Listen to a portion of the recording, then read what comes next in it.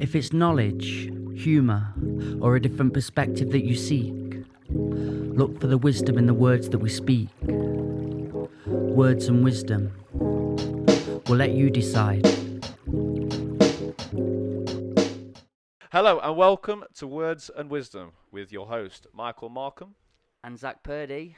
This podcast is going to be brought to you, and we are going to share our experience, our stories, life lessons, and anything valuable that you may be able to take away from this, and hopefully improve yourself and become your greatest version.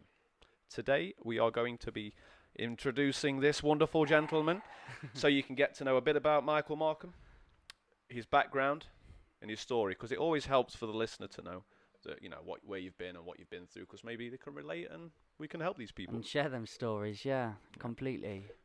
So go, take it away, Mikey. I think, the reason why I'm wanting to start this podcast and do what we're doing is because I feel me and you have been through quite a lot and quite a journey ourselves. So for me, depression, anxiety, lots of inhibiting factors in my life that I've picked up along the way. And I've learned so many coping mechanisms, bad ways of how it happens and you can get it and how you can hopefully cope with it.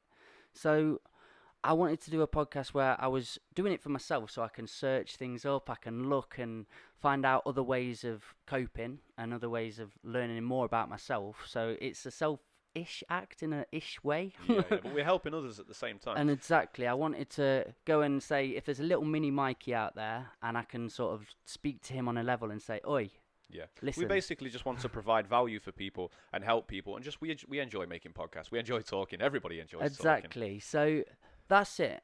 My story sort of comes I've wrote it down here, and I've got a list of 0 to 12 and what was happening in my life at 0 to 12. I'm a bit hazy on 0. Yeah, can you not remember much? No. No. I mean, it was warm and cozy. Did you have more hair then? Yeah. One would like to think. But in my 0 to 12 of years, I had a very confusing childhood. I had a lovely grandma that I absolutely adored, and I'm a bit of a nan kid. Was you brought up by your grandma then? Very much, yeah. She's an amazing woman. Lovely, nurturing, kind. You want a biscuit? Yeah. What else do you want? No, I'm all right. No, have something else. She was forcing it on you. So my mum has openly said to me quite a lot, I never wanted you. I had you for your dad. I didn't want kids. I had Beth, my sister, who's got a different dad. Right. And you were sort of for your dad. I said to him, only if you look after him and it's like deal a dog, with isn't it? It's like having a dog. Yeah. We can have a dog, but only if you look after it. And quite openly and honestly said it. And that's what I respect about my mum, because she's done amazing with her life. She's got a business. She's ran on and marched on doing her thing. And she's an amazing woman. She is strong-minded, but she can give out a bollocking if she needs to. So she's got this persona that I was quite scared of. Now, there wasn't much love in the house. My dad was off at work a lot. He worked nights, came home knackered, went to bed. He's still fitting time for me, so he would try and take me out and do things. But he would be also struggling because he was just knackered. So I'll be at my nan's for the day.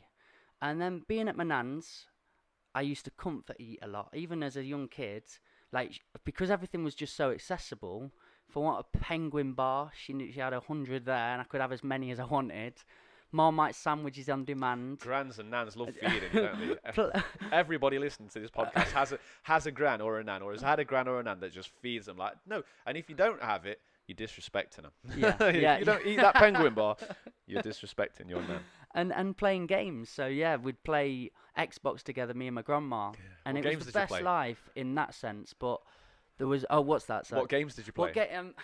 Spyro, Abe's Oddworld, Crash Bandicoot. Oh. My nan would be a bit annoying sometimes because I'm like, can I have a go? And she's like, no, I'm nearly done the level. She's amazing, and she still does stuff like that. She sounds really cool.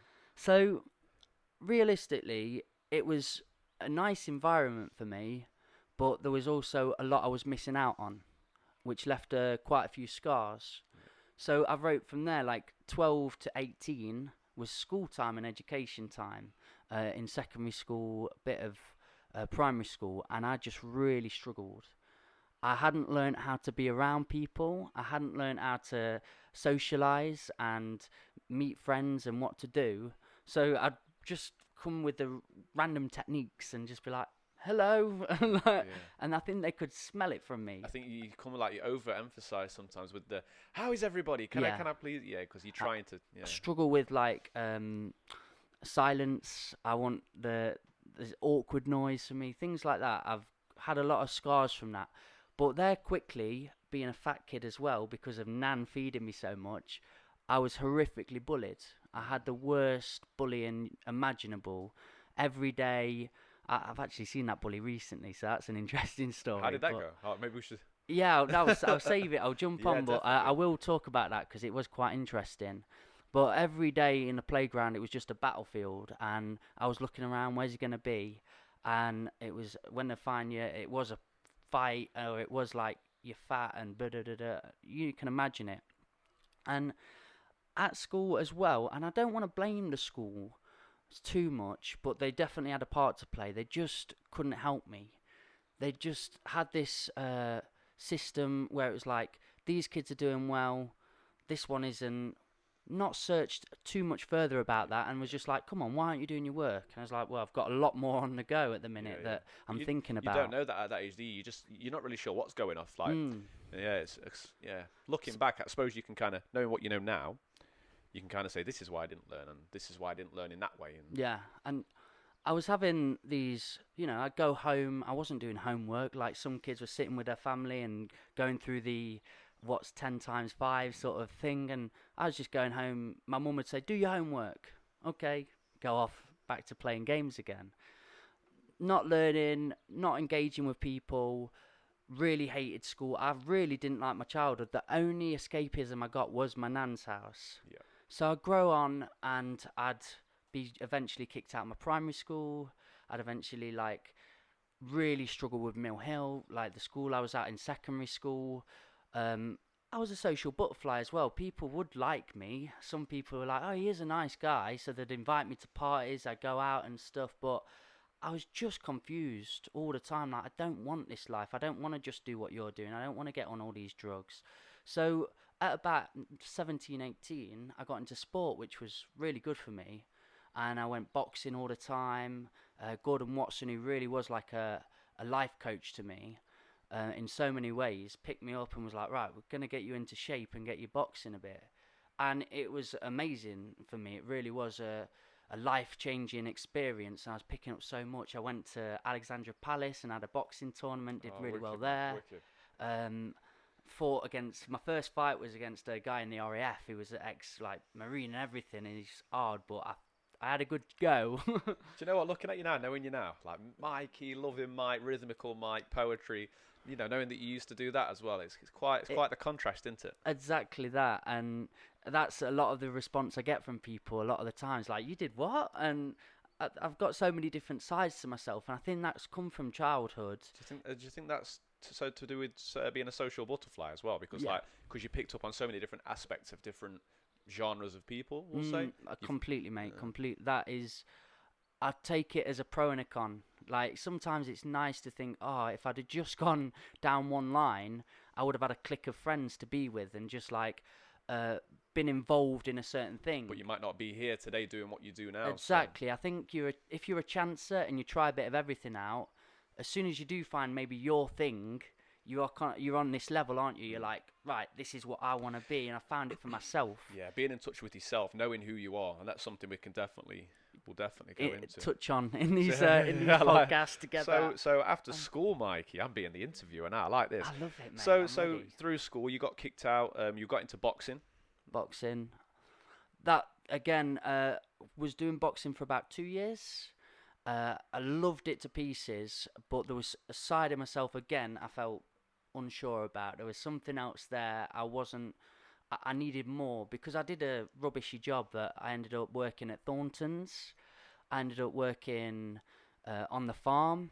I was looking at my dad every day like, "Oh, that's what I'm going to do in 50 years' time as well." And I just thought there was more to life than being in this routine of working 9 to 5, going to boxing, working 9 to 5, going to boxing, and it was every day, and it just become too much for me. It was exhausting. Yeah. So me and my best mate, Jagger, Luke Jagger, shout out because he's such a good guy. And we just picked up at 19 and said, should we go away? It was his dad, and he's a proper guru. His dad is very conscious thinker, old, knows it, wisdom man. And he just said, Master lads. Oogway from Kung Fu Panda. Yeah, there you go, mate. You've always got a good analogy. And with his dad, he just said, lads, why don't you go away? Why don't you, like, I think he just wanted us out. Yeah, But why don't you go travelling? Why don't you do something with your life in that way? If you don't know what you want to do, which neither of us did, try Marines, try in Army, things like that, didn't know. And he said, go and get some life experience. So we packed bags and went to Australia for a year. And that, again, I learned how to party, Yeah, have a good time. Learn how to socialise. And socialise, and I really did, and people got on with me loads, and no bullying there, and I was seen as like a bit of a holiday rep there. I'd invite people into the hostels and the dorms, and we'd have drinking games, and we'd truly learn so much more about ourselves in 1 year than I did in like 19 years prior. So it was the best experience imaginable, but I was still, after a year and a bit, coming home and thinking, oh, balls, I've got to get a job, and I don't, again, have a passion. I don't have anything I'm too in on that I can see as my 9 to 5, my main part of my day. So I'm like, fuck. So I came home for a bit, worked on a labouring yard, doing bricky stuff and all that sort of things, and I saved up enough money again to go to South Africa. I went to South Africa, and this was the moment really for me where it all unfolds. My learning came from, my passion came from, my sense of self came from. Why is that then? What do you? So I was there for a year. I was working in a primate sanctuary looking after monkeys, and I was about 6 months in, and I got a phone call from my dad when I was away, and I never get, because you've met my dad and he's lovely, but he's a dad lad. He's an ex-footballer, played quite good quality football, and farmer, and helped at his granddad's factory. That's when the nights, and he was always sleepy. But I never really communicated. So when I got this call, I was like, okay, what's happening? I answered the call, and my dad was just like, oh, how's life? How you doing? Yeah, oh, not many good things going back home. Just listed off I don't know what the word is, but just a magnitude of things going wrong. Yeah, that's it. And he was just telling me all about these things. And the last one, he was like, oh, and your good friend from back home's been stabbed and killed in a knife crime incident in Derby. And I was like, sorry? And it just all closed in on me again. I was just like, ouch. I can't. And I sat down for a minute and I cried a lot. And I went in my dorm, I took the day off, I said, I've got to just go for the day. I'm too depressed at the minute to monitor monkeys. So I went and sat down, and I never wrote, because all my life as well I've been labelled dyslexic and stupid. So I'm stuck away from writing in every possible way. I thought of myself in that label. And I just wrote for hours. Zach, like, honestly, mate, I wrote all day. What was you writing? Just like paragraphs, or was it songs, or? Paragraphs, it started, and then I was like, how can I channel that? And suddenly it came out as poetry. Okay. It just started writing poems. And I was like, start off with writing? Was it what you was feeling, or was it like a diary? Yeah, I was thinking of all the things back home and in my life and previous events that I've been through and hurt me, and I thought, right, what can I say? What can I put down? And it just, they call it a free write in creative writing industry, and workshops that I didn't know I was doing at the time. But it's where you're meditating essentially, but you're not got your eyes closed here and want to see what you're writing. But you're having a meditative practice, and you're just writing any conscious stream that comes to thought. I would advise it for you in business to sit down for 20 minutes and just say the silliest things you can think of. It's funny because I kind of do that with business anyway. I kind of write down where I am, where I want to go, and what's going right, what's going wrong. So I just, but I feel if I can get everything off of here onto paper, perfect. I can rest easier. That's it. And no thinking was involved. I wasn't thinking at all. I wasn't, but like going back and going, right, how do I really want to put this? I've spelt it wrong.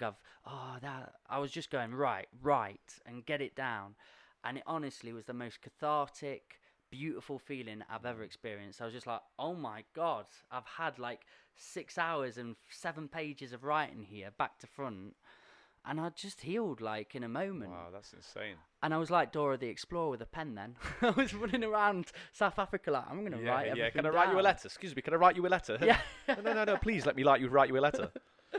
So it come from there, and then I'd been given a passion. Yeah. I'd come to the end of my travelling. I was with a girlfriend then, and I was like, I'm ready to go back home. Do you want to go back home? And we came to live together back in Ripley. She lived in Surrey, and we could have had the angelic lifestyle in London. She lived next door to like Gary Lineker and all that. And we decided to come and live in Ripley, but On your farm? yeah, Why not, exactly, mate? Home is where the heart is, brother. I came home. I kept the passion to myself, and I left it there. Later on, I just had a moment with my dad in the kitchen, and I just said, Dad, can I perform you a poem? And my dad, being dad lad, bit drunk, said, you up? And I just looked, I was like, do you want to perform you this poem? Mikey's coming out the closet. Yeah. And the first poem I ever wrote was the knife crime poem that you were in the video. Yeah, Thank you so much for that. If anybody hasn't already heard that poem, what's it called? This is all we've got. This is all we've got. It is an incredible, Thank you, touching man. poem. Incredible, mate. I really It is appreciate that, and incredible. it was a massive timeline event for me. So I was glad to be able to document it. So I wrote that poem out. I was in the kitchen with my dad, and I started performing this poem to him. And honestly, father to son response that I never expected. My dad started crying. Wow. And I get like shivers now because I was like, oh my God, like I didn't expect that. And he was just like, wow, I didn't know you could do that. I didn't think you had anything in you of that. And he was like, right, come here, you. Threw me in an open mic. And honestly, within 5, 6, 7 months, I was performing on bigger stages and proper stages. Again, at that open mic, there was just a bunch of blokes down at the local pub, and they were like, "Yeah, mate, say it as it is." Just to touch on that and help people kind of understand that you had dyslexia, you had all these issues with writing and spelling and stuff. Yeah. And then you almost believed that. Yeah. Labelled myself in every sense. Yeah. And if you'd have carried on believing that, you wouldn't be where you are today. Completely, mate. Yeah. So the labels that we get as younger kids, I don't think they're very healthy. No, I really don't. I really don't. And again, if you're gonna label somebody, if you're gonna make them think that self about them, come up with a contingency plan. Yeah. Like give them. If you're dyslexic, that actually helps you in a way. You can think of things in different ways. You're quite creative. You could do this. Like we can help you in this way. Because I do believe I needed extra help. I needed to be recognised as having a predisposition to some degree with my writing. But it didn't mean I was a bad writer. No. It didn't mean I couldn't tell a story. I had a lot of stories. You're in a my very head. good storyteller. In fact, Thank I'm you. sat here thinking, and I'm drawn into your story. And then in the next podcast, we're going to go into my story, and I'm thinking, I can't tell a story like Mikey Markham. Labeling myself You're already. perfect. No, but you are a very good storyteller, in man. that way, and that's pretty much the end. To the point of my story, towards the end, like I got to perform with my heroes. I was with Russell Brand on stage and met the Streets, and I was going to festivals and the Rizzle Clicks, and it was all people, and they're not name drops. These are just moments in my timeline where I was like, oh my God. This would never. What you've just said, it would never have happened. There's no way. This is just to show people at home, if you can take any lesson from today, is that no matter where you think you are right now, if you work on something continuously, even if you've already got a setback already, if you've got dyslexia like you had, you can still achieve incredible things, and you are achieving, have achieved, and will achieve more incredible things, regardless of your condition that you may have had, still have, or whatever. And that's what I love with you, man, together, like doing this podcast, meeting back up, becoming like a bit of a team in this. I've seen all these friends go on these journeys and coming back around and going, right, let's recalibrate, let's reschedule it, and let's like help others on that journey. So it's what I really value in you. I can feel it. We've spoke about it before, but it's an honest sense, and the reason you get honest senses from people is because they've endured stuff, they've been through things, and they've managed to get out of that. And and that's what we want to bring to this podcast. We really want to bring honesty, transparency to kind of help the viewers, the listeners. And also it helps me and you. By me and you speaking, we are remembering things and we're learning new things. So it helps us as well. That's it. Yeah. Right. I think that's a wrap today. That's who I am. Thank That's you what's for the happening. story. Thank you for that beautiful We went 10 story. minutes over longer than we should have. What are we, 20 minutes? Yeah. I think Hey, that's short our and podcast sweet. times, man. Yeah, short and sweet. Right, lovely. So close it there. Beautiful, man. Yeah, Lovely. 100%. Thank you for being here, guys. I can't wait for the next one, which is in a minute. yeah. Or next week. Hey, look, man. Awesome.